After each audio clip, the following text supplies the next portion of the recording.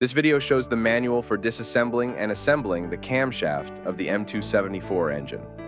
Many owners of cars with a motor of this family complain of problems with starting, and the main reason may be the displacement of the impulse disc relative to the camshaft axis or chain stretching. Before disassembly and assembly, turn the crankshaft clockwise to the position indicated on the timing cover. Remove the valve cover and install the camshaft locking devices. After that, you can remove and install a new camshaft sprocket.